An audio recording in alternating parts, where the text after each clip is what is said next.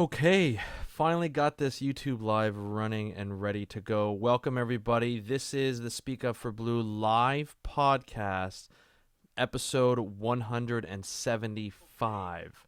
So, this is what we're going to do. We are going to talk about.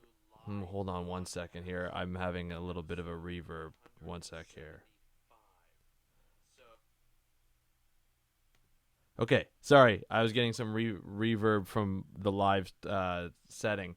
Um, sorry, this is episode 175 of the Speak Up for Blue podcast. I decided to do it live, trying YouTube live. I really am just trying it out this week. Yesterday was my first time doing it. I did it with Nathan Johnson, a guy that has helped us out a lot on Speak Up for Blue. And if you subscribe to the podcast at speakupforblue.com/podcast, you can hear him on Ocean Talk Fridays. He's a really great guy, knows a lot about science. He's a marine ecologist just like myself, really focuses on, loves invertebrates like myself. We have a lot in common, and he's just a lot of fun to talk to.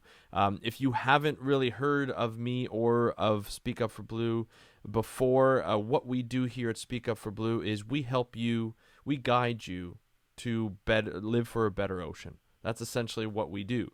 We're a social enterprise that's working to sell products that are healthy for you, sell products that are good for the environment. And that's what we really focus on, is really getting you aware of what's happening about the ocean, getting you to use products that are better for you and the ocean, and then getting you to get more involved in ocean conservation, either through your daily life or through doing some active things like citizen science and so forth. So there's lots of stuff on our website. If you go to speakupforblue.com, you will see all this stuff on our website, and you'll have a great time doing it. I hope. I know. If you really like the ocean, you really like conservation, we get a lot of great people on the site, and they give me some great feedback, which is awesome. So, but today we're going to do something a little different. We are going to we did something yesterday, except I'm doing it on my own because Nathan couldn't join me this time, because he's just started a new job, and I know he's wiped from doing all of his stuff. So, Nathan, we miss you if you're hearing this right now live, but also if you're hearing us on the podcast, hope you come back soon. I know the new job is a little hectic, so that's fine, but we'll get you on again very, very soon. So anyway, we're gonna review what we did yesterday. We reviewed the Shark Week 2016 episode that was shown at 8 o'clock on Discovery, of course. 8 o'clock my time, Eastern Standard Time. That's Toronto time. And I've got some notes here. We're going to talk about the episode. I'm going to describe what the episode was all about, what I liked about it, what I didn't like about it, and that's basically it. That's what we're going to be focusing on. So I hope you enjoy it. I really do. And so here we go. So essentially, what this episode was all about was, it was about taking two different species, looking at sharks and looking at their feeding behavior. It was called Shark. The whole premise of tonight's episodes. There were 3 episodes. The whole premise of them were all about sharks among us, essentially sharks swimming in the shallow waters. The episode that I watched at 8 p.m. was called Invasive Sharks, which is a bit of a sneaky title, because usually when you talk about marine science, marine conservation, it's about invasive species, and you hear invasive, usually it's, okay, you're looking at a species that's not supposed to be there, right? These sharks that are there, they're not necessarily invasive. They don't destroy the environment. Usually an invasive species such as, say, the lionfish, which is an aquarium species that was dropped into the ocean and was just just ran rapid. It was able to proliferate. It was able to dominate the habitats, and it's actually decreased a lot of reef species along the Caribbean and Southeast Atlantic coast of the U.S. Because it was brought into an area that had never been introduced to before, and it did very well, but also outcompeting other native species, which is a bad thing. So invasive sharks really puts, or shark invasion really puts a different meaning from my perspective, a scientific perspective, on the ocean, or in this premise. So not a very good title in my opinion, but I'm being picky because that's me being a scientist. So what I liked though was the premise of the show. Essentially, what they were looking at is they had two different marine biology teams, one in Guadeloupe and the other one in Bahamas, Bimini, Bahamas. Sorry, Bimini, Bahamas, and the I think the Atlantic coast of Florida. And both teams were researching a shark species. They were researching a different shark species, but a shark species nonetheless that were coming into the shallow areas. There were a lot of news items where there was a lot of interaction of hammerhead sharks on the east coast, and great white sharks were not necessarily in the news off the island of Guadeloupe, but people noticed that the researcher that was involved in this episode was noticing, and I don't remember his name. I'm sorry. Noticing, I should take better notes. He was noticing that all the tag sharks that he had were only found in the deep, but not all the time. You know, he had so what they do in the tags. We talked about this yesterday on yesterday's show. What they do is they have an acoustic tag that they put on the shark. It's actually not surgically implanted, but it's kind of inserted onto the shark. There are receiver stations in the deep areas, which is about 400 to 900 meters below the sea surface. They are put along the bottom in specific spots, and when a shark comes within a certain distance, it pings that receiver, and it says this tag number, which is essentially attributed to a shark, so it's like an individual shark, went by this receiver at this position of this receiver at this time. And it'll do that all throughout. But what they noticed is that the sharks weren't pinging all the time, what they thought they would. There were a lot of times where these sharks wouldn't even ping at all. So they were like, okay, well, they must be going somewhere else. They must be going maybe towards shallower areas. The island of Guadeloupe is actually characterized by these deep sort of cliffs that go all the way not only off the island, but they go all the way down right off, a few meters offshore, go down to 400 to 900 meters. So they just typically thought that this is where they hunted, this is where these great whites would be. And a lot of the times during the episode, when they put a diver in the water in a cage or in this mobile shark cage, you'd see the great whites come up from the bottom. So it's kind of interesting in that respect. Now, during the episode, they would show a little bit of that Guadeloupe scene, and then they would show a little bit of the Bahamas, Miami scene, or Atlantic coast of Florida scene. And what they were doing on that area, Doc Gruber, who is a well-known shark researcher that I don't know personally, but I've had some sort of interaction with him online, positive, of course. But he was looking at hammerhead sharks. And there were a lot of news items of hammerhead sharks getting really close to shore, and they were wondering why. So both sharks were coming close, both species of sharks on the opposite coast in different oceans, different species, vastly different species, are coming in from different aspects. But they're having the same kind of behavior. They're thought to be coming in close to shore, and that's what we're looking at. So that's what the premise of the episode was, and I thought it was pretty cool that they did this. And it was really kind of neat how a lot of when they set up the receivers in the shallow end, they were finding that like the great white sharks in Guadeloupe were actually coming in about 60 meters of water. That's where they were being found, and fishermen were finding them in 60 meters of water, and researchers were actually finding them in 60 meters of water. Scratch that. I don't know if the receivers were in 60 meters of water, but they were found anecdotally by fishermen as well as other researchers. So that was kind of cool. Now, the weird thing the weird way they went about it is what I would have done as a scientist is I would have put receivers up in the shallow areas to find out where they go.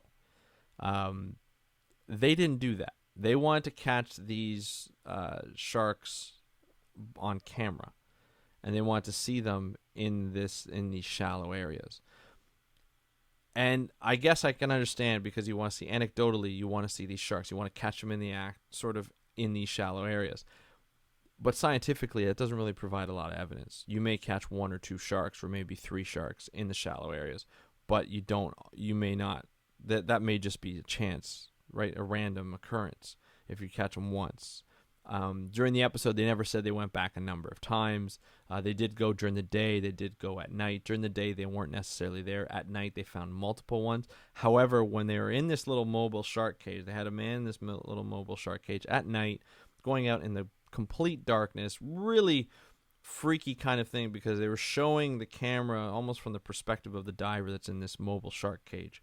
And it essentially looked like a big shark that would kind of go along the water. And you see nothing but darkness, which was kind of freaky, knowing that there's some great whites in there in the water. And then all of a sudden you see, now he's got a light, all of a sudden you see these great white sharks. But they come from below and they come up.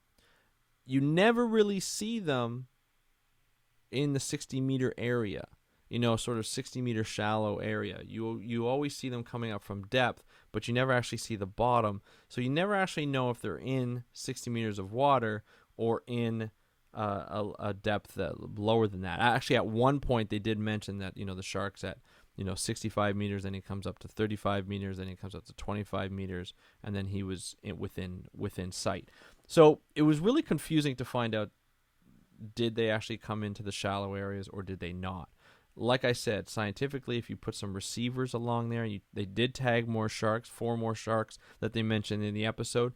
If they add some receivers in the shallows, they can actually find out when and where these sharks go. If they pass by those receivers, they'll find out what time, so they'll know whether it's day or night, and they'll find out where they are in position, so they can find out where the depth is, where they were at that time, what was around it, and so forth. What they did notice, though, at night, was when the diver was in the water, he was fairly deep. I don't know how deep, but I would say maybe 40, 50 feet deep. Then when he looked up, so it was dark going down, pitch black going down, but when he looked up, the moonlight really came through the surface. And he would look up and he said, I can see the surface clearly, and I can see the moon through the surface. So the moon is actually lighting up their their sight, just like the sun lights up their sight at during the day.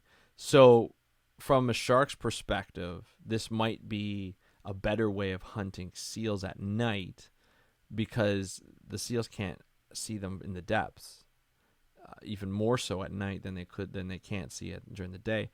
But the sharks could see the seals, or the silhouette of the seals, at night. So that was kind of cool to see and to hear. But I don't really think they proved that these sharks were in 60 meters of water or shallower. So that was kind of interesting in that respect. On the other end or on the other side of the coast, the great white sharks side, I noticed was something really cool. Doc Gruber set up some experiments where they had a guy on a little bit of a propeller, a diver on a propeller, and he was towing a fake stingray. Kind of cool, towing a fake stingray. And it was pretty far back, not that far back from him though. Maybe a couple of meters, maybe 5 meters or so. And it was spotted, so it looked exactly like a spotted stingray. And what they were doing is they were looking in the shallow areas, in the sand, and they were towing this motor like a stingray would swim, and they were trying to attract a hammerhead shark. Now, one of the cool things that they used was a great hammerhead shark, which I believe was the species. And to do that, they actually used a drone that flew above the water so that they could actually find a great hammerhead.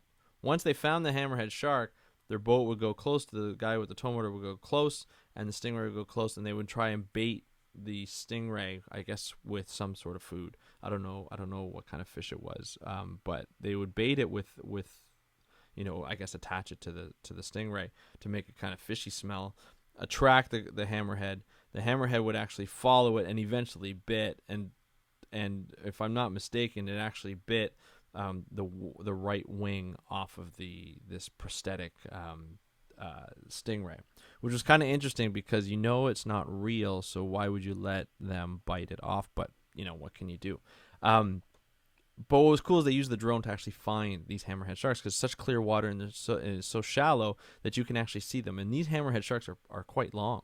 They're like 10 feet long, maybe even more. So it was kind of cool to see that drone technology being used for that. I wasn't even sure you were allowed to use drones in the U.S., but apparently you are. I don't know if they needed a special permit or not, but I'm sure they did, and I'm sure Discovery kind of cleared that with the whatever you call it, the FAA or something like that. But anyway, that was kind of a cool thing. The one right at the beginning when I forgot to mention that what they're looking at with the great hammerheads is they would look at why the great hammerheads would come in close to the shore. So they took a helicopter from Bimini, or Bimini, sorry, from Bimini. I always pronounce that wrong. From Bimini to the coast, the Atlantic coast, and what they saw right off the bat, they saw a hammerhead shark. And they're like, well, why is it coming so close? Then they looked and they saw about 2,000 blacktip reef sharks. 2,000. And they do this all the time. The blacktip at certain times of the year, I believe it's February or March, they will come in close to shore and they will migrate up the shore.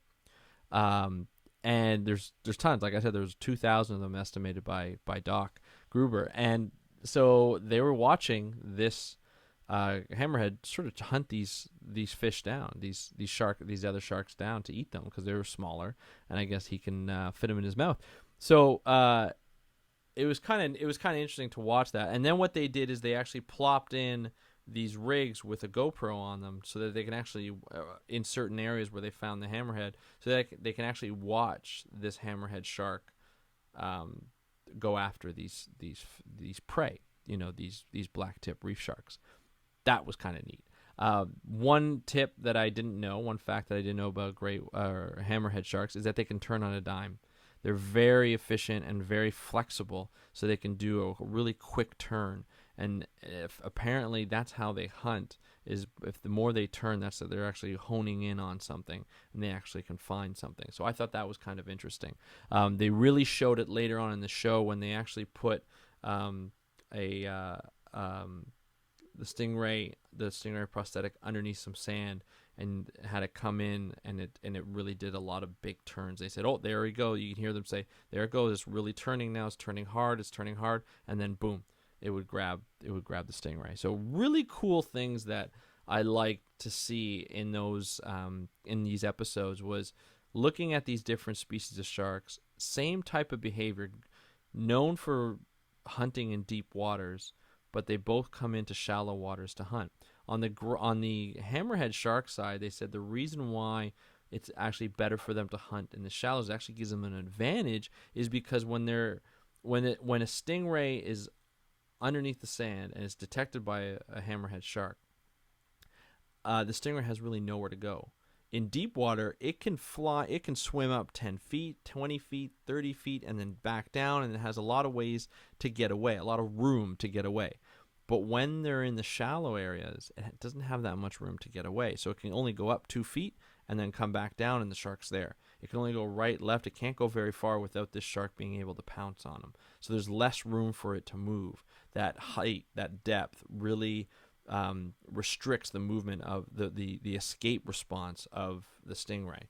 So it provides them with not only hunting, they come into shore because of their hunting migratory species of blacktip reef sharks every year, but they're also coming in to hunt stingrays that hide in the sand in the shallow areas, known to be in shallow areas. So that's kind of an interesting aspect, and it really provides information on why these animals are coming in. Now, we knew they were coming in because they were close to because food was coming in. That was one of the hypotheses, and it looks like it's true. Now, I'm sure Doc Gruber and other researchers that are working with him are actually using scientific evidence to prove that and provide, empirical evidence in scientific journals to prove why they're coming in by looking at multiple animals, why, observing animals coming in and feeding with different behaviors. So that's kind of an interesting aspect. I find with Shark Week, now here it comes in my opinion, I find with Shark Week, they like to catch things on camera because for us, the visual cues as a viewer and as someone maybe who is not a scientist, that cue saying, hey, we caught this fish in shallow areas, or potentially, or what looks like shallow areas for the great whites in Guadeloupe, potentially, it may look like they proved it, but it doesn't mean it's proven, right? You got to look at the scientific literature to show that it's really proven, in my opinion anyway. You can't just go by a Shark Week highly edited video or episode that may or may not have been in shallow area, right? So you have to be very careful with that. There was actually, even last year, there was a bit of controversy in saying they looked for the biggest shark in Guadeloupe, and they said they found the biggest shark. But when they estimated the actual shark, they estimated the length, because what are you going to do? You can't really go up to this massive shark and measure it with a tape measurer, and it'll be still, and it won't matter. What they do is they actually just look at it and say, oh, this is an 18-footer, this is a 20-footer, this is a 22-footer. Oh, this must be the biggest shark we've ever seen. So you have to really take that into consideration when you look at this type of Shark Week episode, right? You really have to take that into consideration. So when they say, oh, we're in the shallow area, or these sharks are hunting in shallow areas, sure, they might be, but that episode never really proved it, because it never really showed them in shallow areas. During the day, when you can see they're in a shallow area, you didn't see any sharks.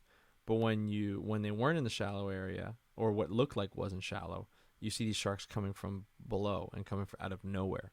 So it's kind of an interesting aspect to look at and be critical about.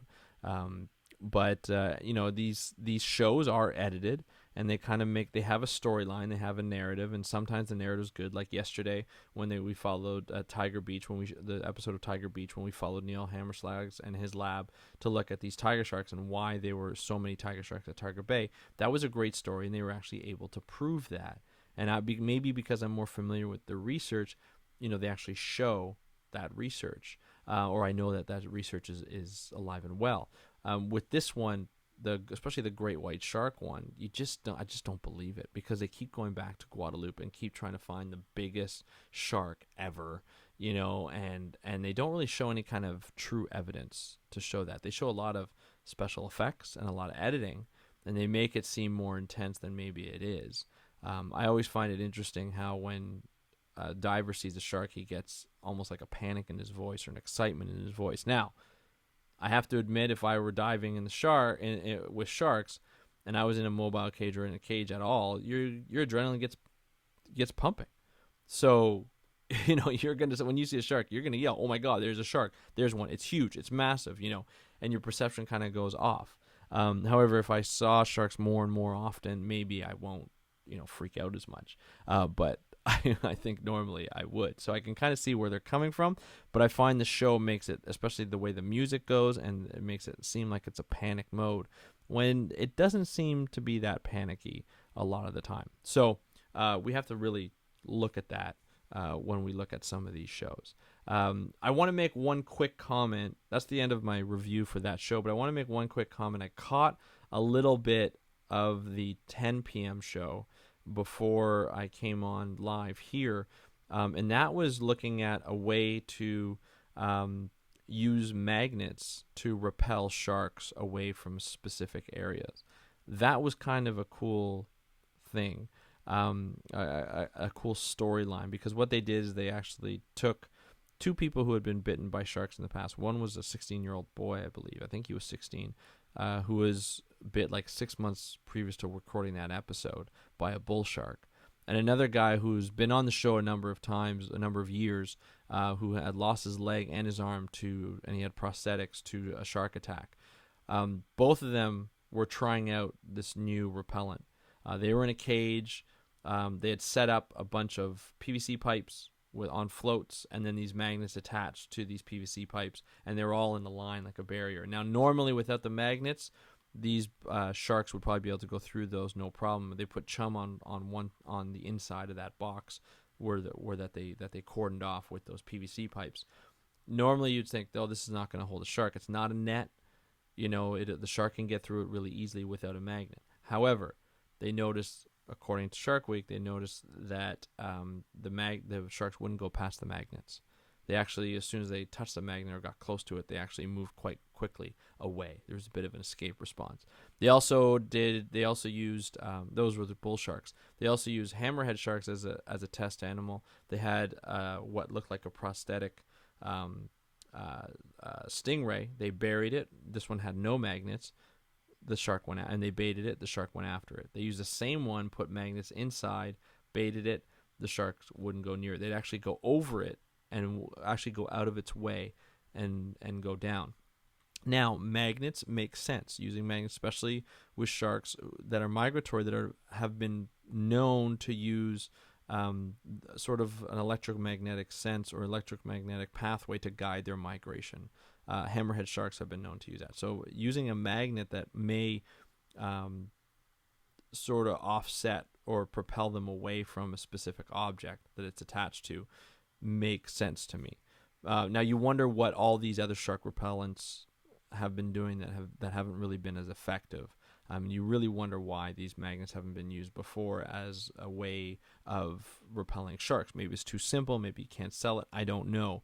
But I didn't watch the full episode, and I don't know much about the research on that. So if you know what that research is about, let me know, and let me know in the comments below. I'd love to hear it. Or if you have a link or something like that, just let me know. But anyway, that is the end of the podcast today. I really appreciate you guys listening in. This is kind of a cool thing to do, this YouTube live thing. It's my first time doing it. I know that it's not as smooth and stuff because I don't practice it or I don't edit it. But I really like just coming out and speaking with you guys. And the more people who join me, and I'll make more announcements as I get more and more comfortable to get more people to join me, or even Nathan when he comes on, my buddy, like I mentioned at the beginning of the show, who comes on and does the podcast with me sometimes. Maybe we'll have him on, and then we can have chats and something going on. It looks like there's a chat box up on the right hand side, so I think this is kind of fun. We'll kind of explore this aspect, and maybe even use Facebook Live as well, maybe at the same time in tandem. Maybe we'll try that tomorrow. I don't know. We'll see what brings us. But I'm going to try and get on at 10 p.m. tomorrow, and watch the 8 p.m. show and do another review as that. I'm going to try and review every episode. So there will be videos for every episode. Will they be all on live YouTube? I don't know. I'm going to try. I am going away this weekend because it's Canada Day weekend, so it might come out next week, but I will provide a review for each one. That I promise for the podcast. So if you're listening to the podcast right now and it's your first time listening to it, and you're listening to it after the live version, please subscribe, leave a review if you like this episode and you like the other episodes. The more people who leave reviews and subscribe, the more reach we get, and the more people are made aware of what's going on in the ocean, some facts about the ocean, and what they can do to really better the ocean. And right now, I like what Shark Week is doing for the most part. They're asking some really interesting questions, and they're using some pretty innovative machines and technology to find out what they're doing, how to find out those questions, the answers to those questions. And I think it's a really amazing thing that they're doing. So keep watching. And chime in too. Come on live and chime in, and I'll announce it earlier in the day, and maybe we can. I'll come on at 10 p.m. tomorrow, and we can do some great stuff. Maybe 10 or 10:15. We'll see how it goes, but keep an eye out. And you look at my Twitter at SpeakUpForBlue, and you can look at my Twitter, and I'll tell you what time I'll be on at or when I'm on. So thank you very much for listening. I'm going to end this YouTube live right now. Enjoy your Shark Week. Enjoy your Tuesday if you're listening to this on the podcast, and happy conservation.